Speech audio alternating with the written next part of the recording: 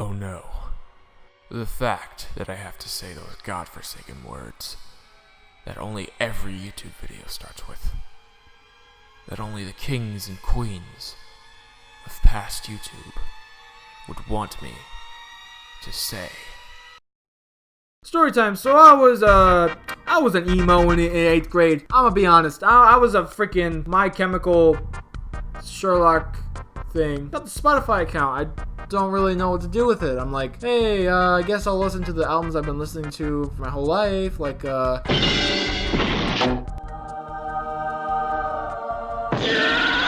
And I got really bored of it after like a couple months. So I was like, hey, I gotta find something new. Gotta go on my keyboard and type in the latest meme. Sorry, the latest song. Yeah, the latest song. I mean, the album. That's exactly what I meant. Yes. And I end up on this thing. Oh boy. Now, despite this video existing, I really do not enjoy anything Rolling Stone magazine has to offer. More often than not, their decisions and ways of getting their opinions out there as a company often feels juvenile and sometimes ignorant. I'm not going to list off specifics since that would make this video longer than it already is, but I'm sure you've heard at least one controversy they've been a part of, and if you haven't, the internet's like right there, pal. Also, Rolling Stone's lists, at least their music-related ones, are extremely repetitive and predictable. Like when they release a decade-centric list on best albums, I just find myself imagining what quote-unquote classics they would choose. And most times I'm right. It also doesn't help that most of the albums on here appear for these smaller, more specific rankings, which just makes it all the more unsurprising when blank shows up at number blank. And yet I still frequently look over these lists for their pure entertainment value, and I'm not entirely sure if it's an ironic pleasure I get out of Rolling Stone, or if it's just a genuine interest on what they have to say about something. Which is exactly why I, a feeble teenage boy, decided to completely indulge myself in the ranking of the 500 greatest albums of all time in 2 parts! Actually, that's false. The real reason was because I saw people on YouTube talking about this, and like they didn't finish it or anything, they just kind of like stopped. And I was like, hey, better be the guy that finishes it. Ground rules. I'm only giving my opinion on the quality of these records themselves, regardless of their actual placement on this list. And insert, it's my opinion. This website is 13 years old. You got a life, man. Please use it wisely. Fasten your seatbelts, because some of my all-time favorites happen to show up on here. So that should be fun. Without further ado, here's the thingy that took me forever. Enjoy. Unsubscribed. While it may not have a Mick Jackson or Hey Ya to back it up, this is still a pretty fine piece of southern rap. I like most of the audience interactions with King on this one. It really kept my attention, and the live quality even had me smiling at some points, which is ironic coming from B.B. King, the sad blues dude. This album needs to be mentioned more in general. I love how dreamy it had me feeling through songs like Wonderful and Fool's Gold. Arguably the most hipster and pretentious Stripes ever to date, but still mostly good. Honestly forgettable, but I remember it being a pleasant experience, just not any actual tunes. To put it simply, mom music. An impressively expansive debut piece of summer-sounding pop that MGMT will probably never top. Keep in mind, I wrote that before a little Dark Age happened, so keep that in mind. I really dig this album's structure and tone. Too bad Wilco followed up with some of my least favorite albums after this.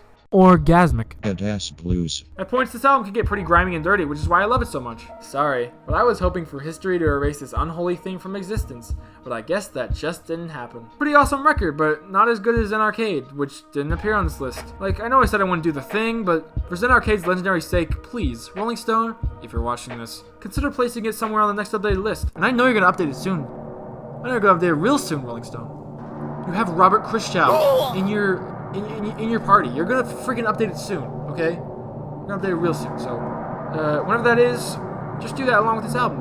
They're both really great. They're both really great albums. Tolerable. I mean, as long as there's some Earth, Wind, and Fire on this list, I'm not complaining. This is definitely the most vital and exposed Pearl Jam ever to date, which keeps my and probably most people's adrenaline levels off the charts through nearly every listen. I can only imagine what could have happened to this band had grunge ended not so abruptly. And this record always keeps that evolution.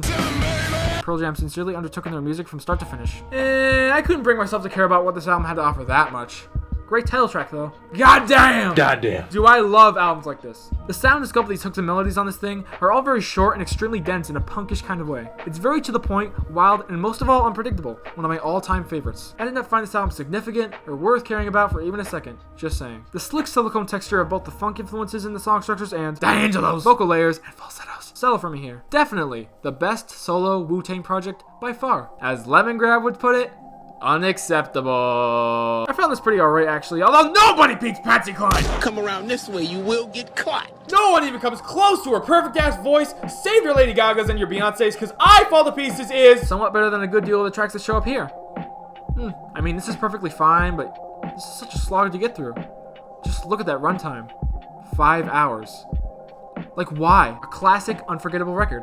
But the sadness factor of knowing what happened to Biggie is just a bit too distracting on this one. Nothing's perfect, especially not this album, but it's still pretty nice. This is the most average Elvis Costello album you can find. So at least it's not terrible. ¿Por qué? Great, just about right after Life After Death. Let's just go ahead and get a little more sad now.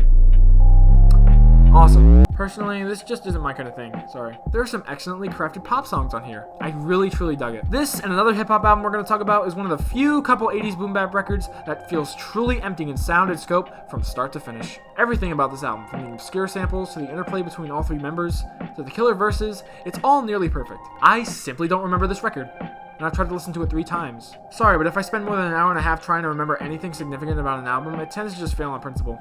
I like this album a great deal and all. This is guaranteed the whitest album to ever be released in music history.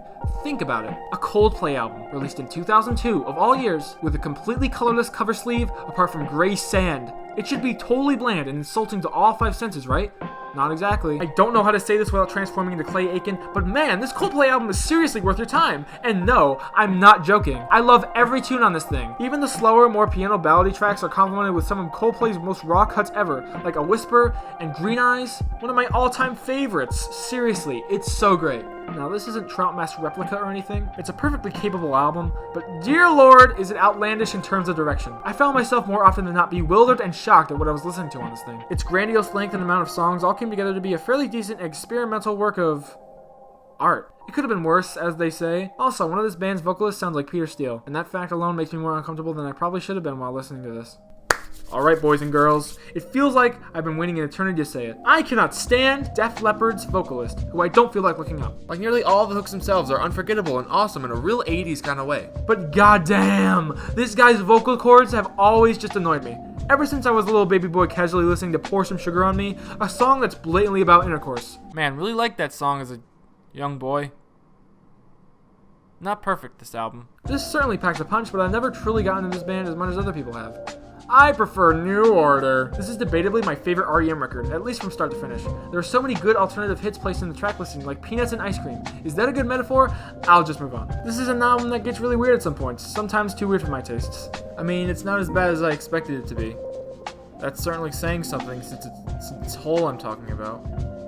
You know. Since it's Hole I'm talking about. This was pretty darn cute, but not as adorable as this. Seriously, put on Country Comfort and tell me you didn't smile at least once. Definitely this band's most intriguing and memorable work. I got relative enjoyment out of how simple and fun it mostly was. This is a pretty odd Marvin Gaye record, but nonetheless it's still wholesome and relaxing to say the least. I keep forgetting that I love this so much. You did it. Good job. I can't believe it. I'm proud of you. A very rebellious kind of record without feeling too raw. Some of its production tricks and song structures make it a hard rock record to miss out on. Very chilled out, laid back, convincing rap record.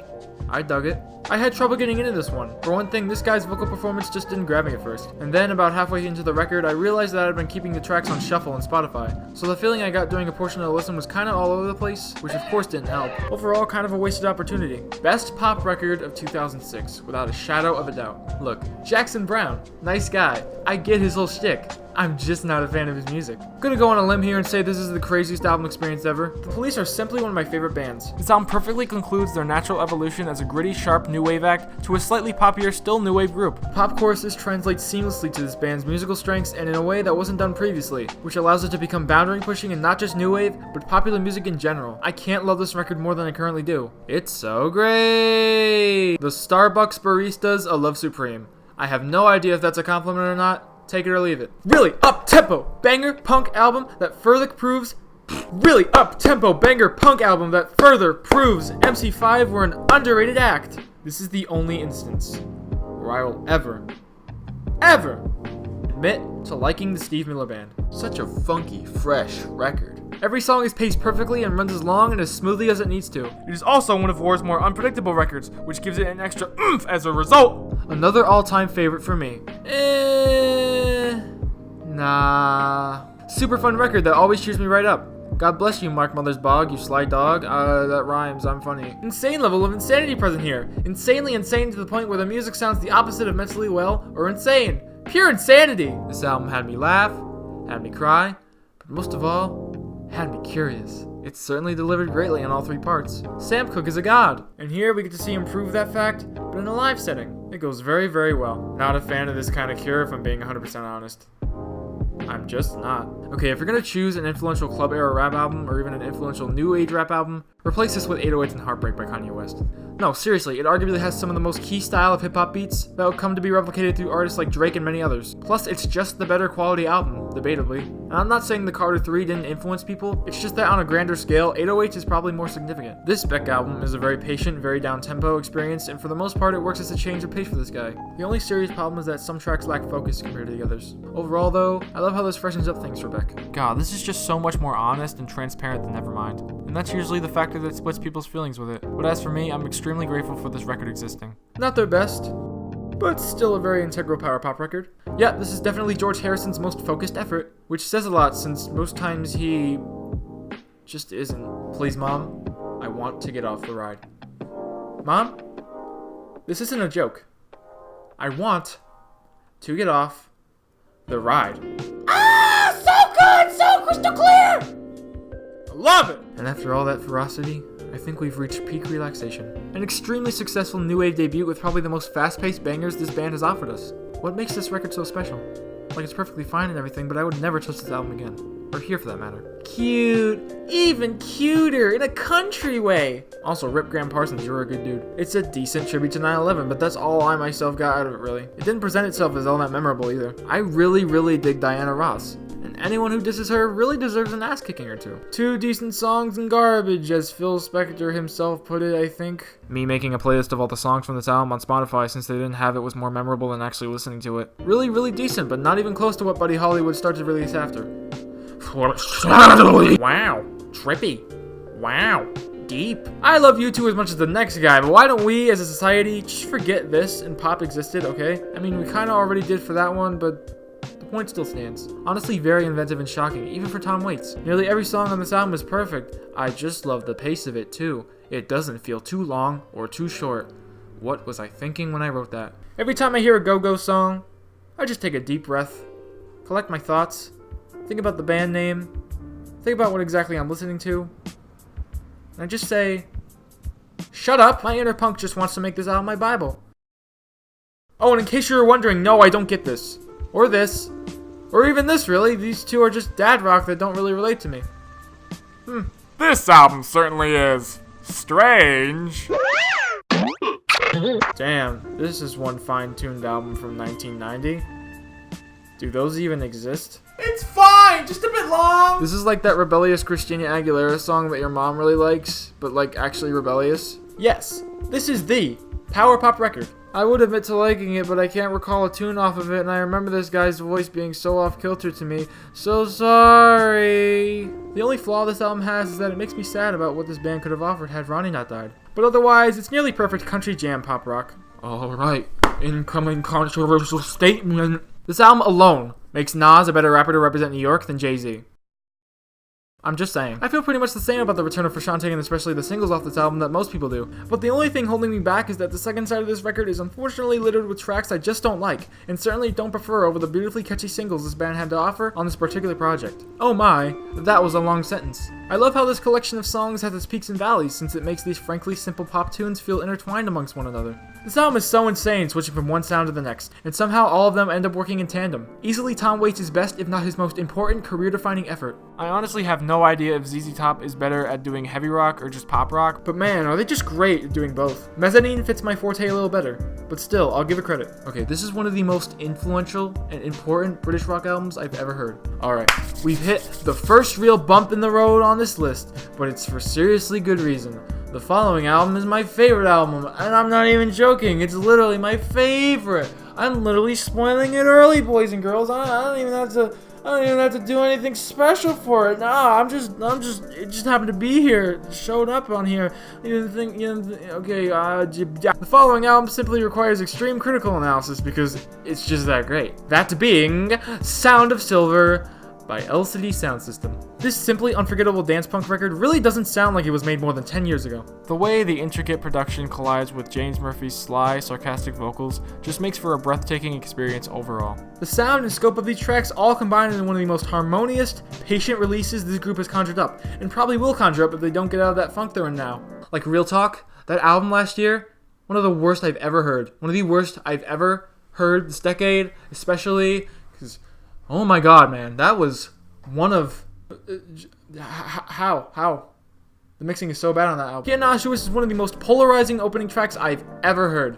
The buildup of the synths leading into the following percussion along with the strange vocals from James Murphy honestly gets me so hyped for what's coming up. Time to Get Away, like the most danceable groove on this planet, with another great example of musical buildup to an extremely satisfying result being shown throughout the track. By the end, every instrument you can think of is letting itself be known to the listener through sheer musicality, and I honestly do adore it. North American Scum, the thing from the Step Brothers trailer.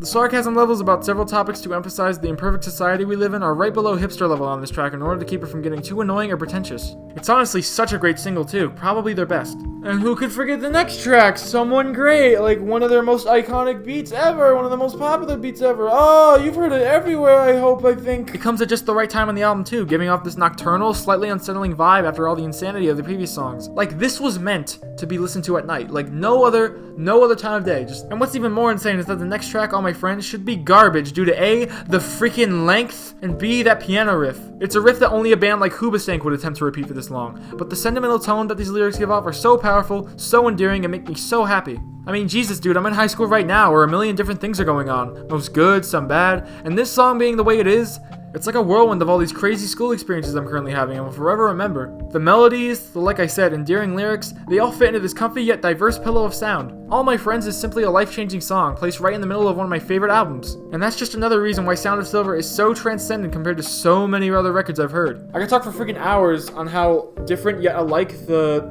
next two tracks are, Us v Them and Watch the Tapes. Like, they are insane. One is 7 minutes, one is 3 minutes, but they both sound like the exact same. And they're both equally crazy, except one builds up more. The snarky, biting commentary of the title track, or even like the shocking closer. Oh my god, that closer, like one of the best ever. But I think I've made my point clear already. Sound of Silver is quite simply a cleverly fun, instantly replayable, extremely sarcastic collection of songs that just wants to make you dance for all the weirdly right reasons. It is up there, man. It is my favorite album. It is my favorite collection of songs as of right now. Unless I find something somehow even more amazing in the future. If you somehow crave a laid-back, country-trained record from the guy behind the Toy Story music, then this album's the place to go. I've never really gotten or really liked Maya, but even I can admit this is her best work. Also, this is her most tolerable performance on a full-length album, and I really do appreciate the tracks that show up on here. I can spot its influence in a lot of other albums as well, so thanks for that.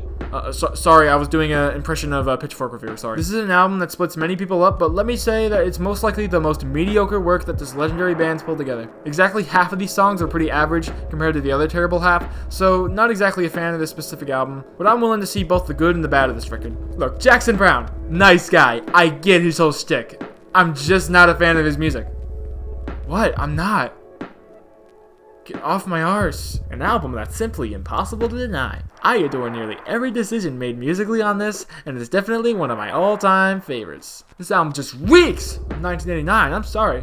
I found this album to be seriously entertaining for what it is, especially if you're tired and sleepy on a passenger's ride of a vehicle during a road trip, because that's how I experienced it. But trust me, it's a serious bop. This is a rap album unlike any other. A group of so many people rapping should fall flat, but I don't think it does, because, like, I don't think I've been more kept up on my toes before or listening to a 90s rap album. Beats are all stylish and aesthetically pleasing as well. I love Chinese people. Don't hurt them. I could vibe to Steely Dan for hours, dude. This is probably my favorite late era Dylan record just for how balanced the songs are. I'm sorry, but I will not excuse a 16-minute closer and an entire album with no songs under 4 minutes. I just will not stand for that. But yeah, this is pretty great. I made a joke about this one. Made a really good joke about it. I'm so funny. This is one of the most unintelligible albums ever. I think I like it. I'm not sure. Boris the Spider, don't come to my house at 4 a.m. Eat me like you did. Because you ate my ears. Bro, what are you talking about, man?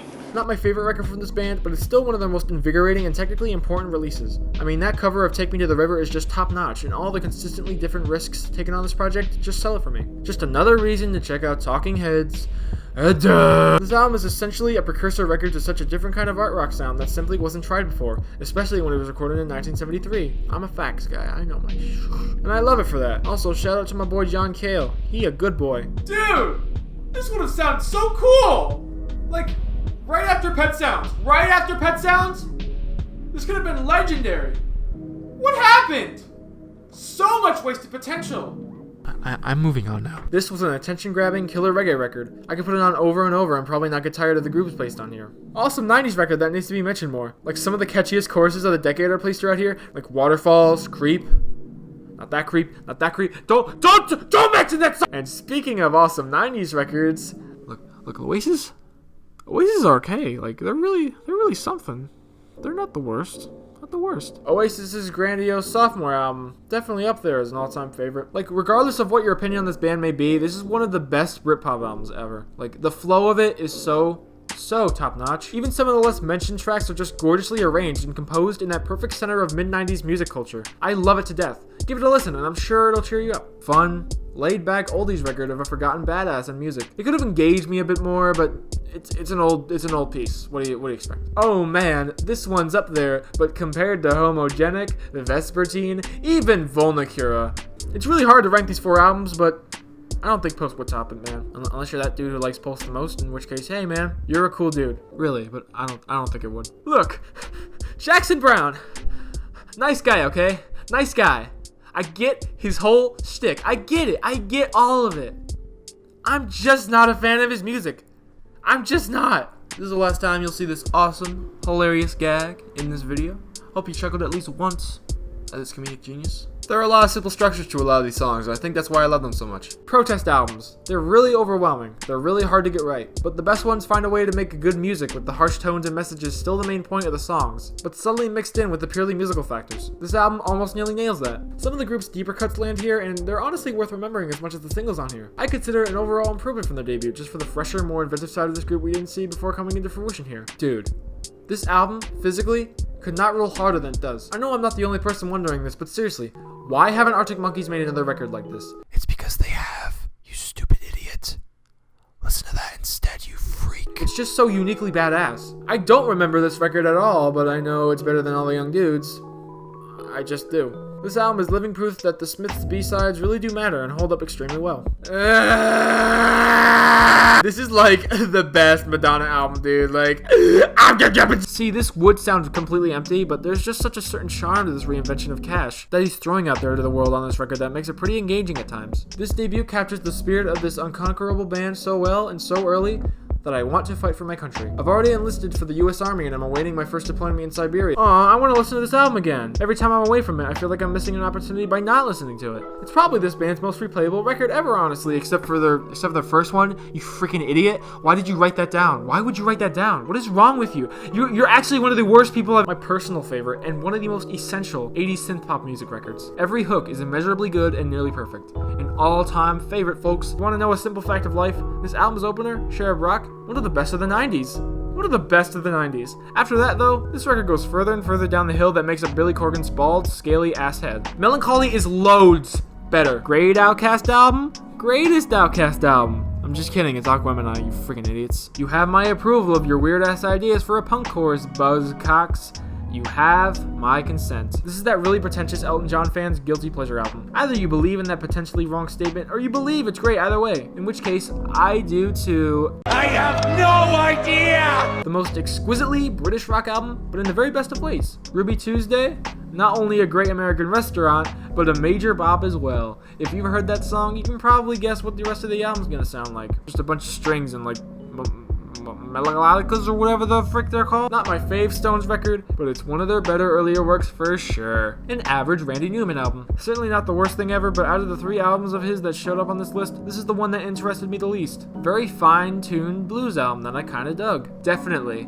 Billy Joel's peak as a songwriter, for sure. Such a genuinely pleasing record too. I love all the melodies he crafts here. Oh boy, it be that record. Honestly, enough has been said about this album alone all across the internet. The good and even the bad qualities have been pointed out. I do really enjoy each and every song on this record. It's definitely one of Kanye's best. But if I'm being 100% honest, some of the songs can be kind of long-winded. I'm just saying. Some for better, some for pretty much worse. Although every other internal quality of this record is simply worth adding up to some of the most refreshing music of 2010, and especially for Kanye's career. A few people have mentioned the arguably cringeworthy lyrics at points. And while some of the punchlines can fall flat on a few songs, like for example example, some of Monster's lines, that doesn't stop me from smiling at how purely reactionary Kanye's rapping can get on songs like Power and All the Lights. And I know Kanye reacting to things isn't like one of his bigger strengths, especially in recent years. The way it's used here is both original and kind of charming. I'd like to leave you all off on a positive note with this infamous record because I really do kind of adore it, but alas, it's imperfect. Nothing's perfect after all. Don't hurt me, Kanye stans. I'm a fragile little boy. The magnum opus of Dire Straits. Obviously, it's just the most laid back yet at the same time effort-coded set of tracks they've ever released. I really dig it, as a guy who has a soft spot for these dudes. Am I dead yet? Of course, it's the Yardbirds' best effort. What are you kidding? Although you will find me kind of stupid for saying this. Jay-Z, haven't directly talked about him yet, have I? Except I have during that Nas bit. Don't kill me yet. Well, this is his best work. It feels the most connected and would have actually been a great send-off if there actually were one. That's the only flaw. That's literally the only flaw. The only flaw. Actually, it's debatable if I like this one the most. Me likey. Me likey. Me likey. Me likey a lot. This Floyd album takes a couple of listens to really allow for how groundbreaking it is to set it. And man, once it clicks, it just clicks. Obviously one of my favorites from them, although a ranked list of favorite Floyd records is almost always really difficult to determine most times.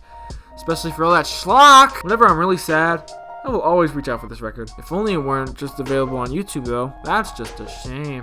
Still love it though. An invigorating live performance that adds something new onto each song. Pretty much everything you can ask for in a live album, especially since it's a Talking Heads performance. Lou Reed is weird on this particular album, and you're all weird for liking it. The closest time I will ever come to appreciate something related at all to Broadway. I know it's technically not a stage show, but it gives off the impression of one, and for some reason I think it works to Meatloaf's advantage here. Very original rock opera. Oh hell yeah, this is a Depeche Mode record. You know, the Percy Lip Band. I can really get down to it. Probably their best, although to tell the truth, I've only listened to this one, so Moby is weird. This album can get all over the place, but these tracks all feel connected somehow, and as long as that factor's there, I feel it's a truly satisfactory album experience. Especially for Moby, because, like, this guy is weird. Like, really weird. When this band truly put effort into their music like they do here, it makes me incredibly happy. It also forces me to struggle not to punch a wall because of how aggressive this punk music is. Of course it's probably the most relaxed Waits album, but that doesn't make it terrible, I guess. Quite the opposite, in fact. The flow of these tracks seems incredibly natural, and for Tom Waits, it's kind of a shocking sight to see, or in this case, sound to hear. Janis Joplin and company absolutely kill it on this record. Every track is incredibly fierce and raw. It's definitely the best thing Janis was involved with during her lifetime. Yes, better than Pearl. I used to seriously doubt Jethro Tull and their fluty fluteness, but this album, yeah, it ain't too shabby. I finally get to talk about Radiohead. Just act natural. Just act like yourself. Just act like you're in a sauna right now. Okay. And Rainbows is so good! Definitely, positively, this band's tightest and clearest, cleanest set of tracks ever! All they need is 10, but they're all so different and lovable for several reasons that I just don't have enough time to go over now. But let me tell you, this thing, top 10 material right here. Like, it's so dense, it really makes me miss 2007. Like when Super Mario Galaxy happened, come on. You don't want to go back to that time. It makes you want to miss Steve Jobs. Like, that's how important this album is. Like, I could tell, if I could, oh my god, like... My business is done! Who takes 3 hours to talk about Radiohead? Nonsense! I had much to do! So much! One of the better late grunge records. It just sounds like an evolution occurred within this short-lived genre, and it always makes me wonder what could have been. Also, I'm kinda late on this, really late on this, but RIP Chris Cornell. Probably right behind Cobain is my favorite grunge vocalist who gave me tons of good memories. Rest easy, buddy. I don't get it! Not as good or even that memorable compared to Los Angeles, but I'd be lying if I didn't enjoy at least some of it. I'm super sorry again, but like, I don't know these people, like, at all. Their music is strange, and I don't really find myself interested in that much they do. I can't really conjure up an opinion for the group. I'm like blind here, so again, I'm really sorry. This is a decent Beatles album, but if there were some more significant tracks that weren't just 1965 type love songs, I could probably dig it more. This is just a really good album. Take that, communists. This has just some of the most essential James Brown tracks ever recorded near the height of his career, and it's just awesome. Funky Drummer is a pure classic along with many other tracks present here. I will admit, I'm not the biggest supporter on this record, but I do see where a lot of people are coming from when they say they praise this album. Songs like Teenage Riot and Cross the Breeze are unforgettable, and the vibe with many of the instruments, especially the guitar, is unbeatable here. Sonic Youth's Opus, definitely, except for that one, that one other one. This entire album is just such a roast. A one-of-a-kind album. The dreamy, jangly, sleepy sound is simply one of the most unique musical directions ever to be chosen to represent an entire album. Usually I wave off most music from 1989, like especially late 80s, early 90s stuff, but this record has always been a huge exception. Another all-time favorite for me, dad rock. But it's actually really decent dad rock, and probably Clapton's most captivating solo album, so yeah. Yeah. This is my favorite from Bowie. You wish I was joking. The Police are just so good at crafting songs here. This is honestly their peak in quality too. Like Invisible Sun, Spirits of the Material World, freaking Every Little Thing She Does Is Magic. One of my all-time favorite love songs, people. One of my all-time favorites. If you somehow, and I mean somehow, prefer sad Randy Newman over anything else, well, that's perfectly okay, but this album kind of hurts in spots. Just saying. This is pretty short and sweet. I put that in quotes because the backstory of Nick Drake, not pretty, man. Not happy at all. But this music is very laid back. It gives me college dorm room vibes for some reason. It's like pre-Elliott Smith or something. I love how I just skipped over like 4 total classic albums that a lot of people love really briefly, but I go a little more in depth over a 29-minute acoustic record. That's just the power of Nick Drake. He just grabs a hold of you and starts Also, rip Nick Drake. You were a really brilliant and touching dude. One of the weirdest albums to ever be released by anyone. Ever. In history. In history. God. Thumb, you're such a weirdo. Album good. Me likey the vibe and sound especially. Revolutionary. There, haven't used that word before. Honestly, probably not the right record to use it on yet, but hey, whatever. Oh my god, oh my god, oh my god! The Pixies are such a good band with like 5 or 6 honestly great albums, but you all know what that the point is. This is like up there, man. Probably their best, but like there's too much to choose from. Technically, The Velvet's worst album, unless you actually count Squeeze as like anything, but like come on, this is something a band like The Velvet's needed. I feel like if all 4 albums of theirs were as insane as their first 2, it would have gotten old quick. But this allows for the flow of their next record, Loaded, to feel very connected and even sensible.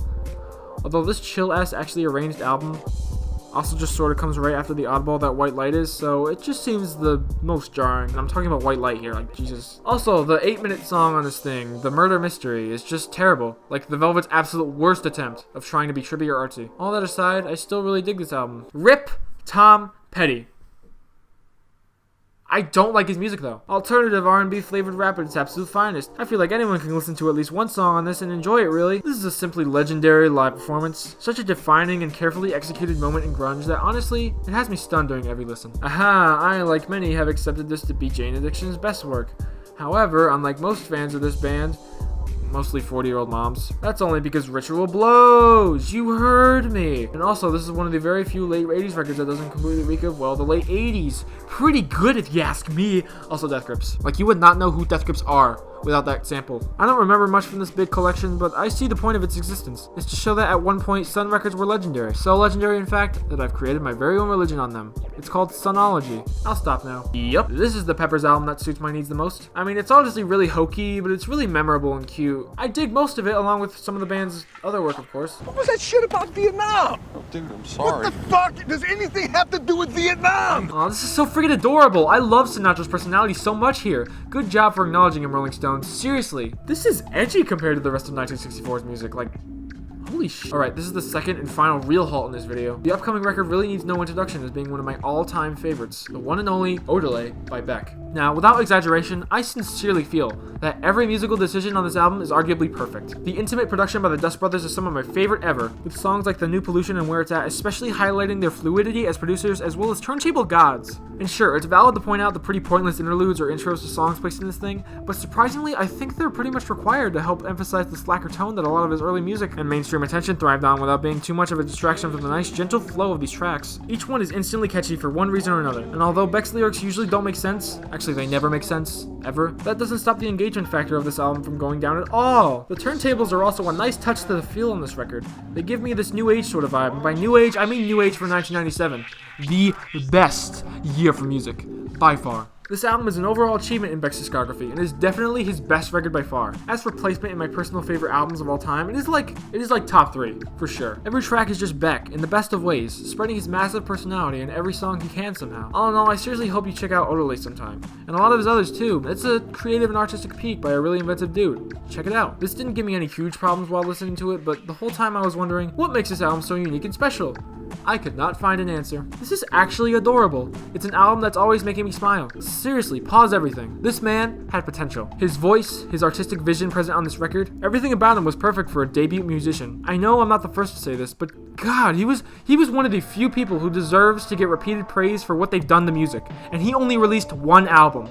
This is one of my favorite Bob Dylan albums. Oh my God. Hell yeah! Incredibly short, but extremely endearing. It's not my favorite Sabbath record, but oh dear, some of the solos and grooves on here quite literally melt my face off. Want to imagine just like the most perfect 90s pop record? Like, it has its own little quirks to it that would make it bad, but the catchy choruses and even the catchy verses and lines sprinkled in between it are just too good to be true.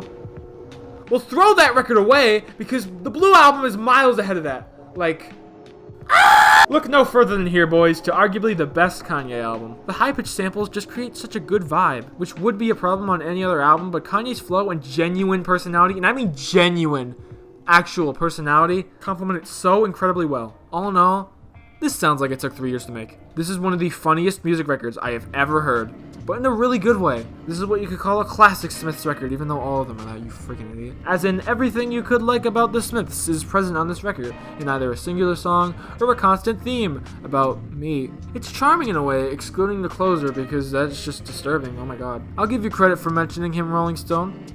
I really will. Thank you. I mean, what else can I say except it's back in the USA? Except it's live and better, so like, this is that Nico record, but with a better budget and arguably more focus. So on those factors alone, I will debate which is a better record for the rest of my life. This goes on for a little too long for its own good. Say what you want about it, but I'm not saying it's bad. It's the concept that just feels too minimal to captivate me for over an hour. It's like an hour, people, an hour! But still, more than a few tracks are replayable and pretty laid back. Just not all of them. This is just an album of broad topics. For example, on Tentative Decisions, these guys are stereotyping both genders as wholes. However, the genuine fast-paced new wave grooves are what makes this band debut thrive, along with the very stylized vocals on many of these tracks, especially Psycho Killer. This is one of my favorite debut records, man, just for how punchy and enthralling the tone of it all is. It's engaging and in a late 70s new wavy kind of way, which is just awesome. So fresh, so smooth, such a relaxing, soulful record. Why is it so short? If you're feeling down, this is one of those albums I'd recommend you listen to. Look, as much as I want to like them, the Grateful Dead just aren't my thing. Like, you ever have that one band, that's them. I'm sorry. Really. I am. Well, I'll give Anthem of the Sun this. At least I was a little enthused by it. You know, it gave me a feeling when I listened to it. The point still stands. It's probably my favorite of theirs. God, I'm probably gonna get trashed on for this entry, but let us press on. I sure don't get X as a band, but man, this record packs a serious punch when you listen to it. It's pretty good, you know, it's in this guy's peak years. I'm willing to like it just for the dude's strengths at creating emotional music. Probably not his best though, if I'm being honest. Easily the most overrated Stevie Wonder record. I'm probably speaking for a non-existent minority of people on this, but this thing is just really forgettable for Wonder standards. And I've listened to it 3 times, 3 full attempts at trying to like it. Look, I'm sorry, but even was a better record than this.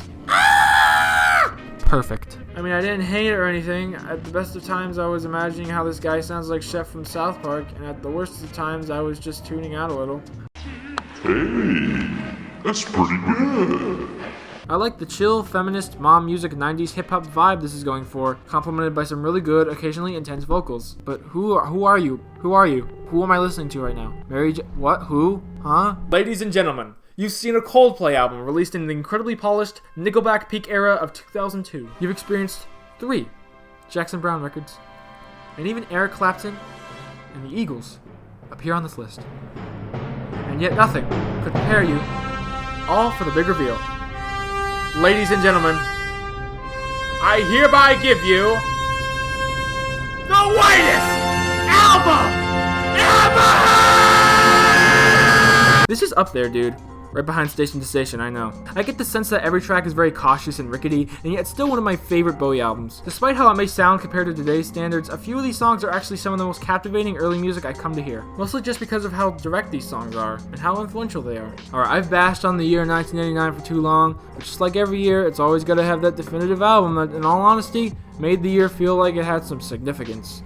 This is that album. This is the only time I will ever defend New Jack Swing as a genre, since Janet Jackson's delivery and execution on a lot of these songs are just so stylized for its time. It's a real triumph. And quick story, I was really sick one day and stayed home from school, and once I put on this album I got really happy and felt a lot better, so thanks for that. As the cool kids say, this is good. The cute, humorous, bright, yet still extremely original side of Eminem comes up on this album, and nearly everything about it is just delightful, especially the Dr. Dre collaborations and beats on it. One of the freshest modern rap albums to ever come out. This just did not grab me, like, at all, dude. I'm sorry.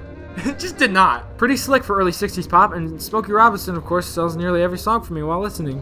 Good job. You get a star. Oh my, this is so undescribably good. I mean, it's a rebellious right girl record that's basically invented the right girl standard. But you know, that's not enough.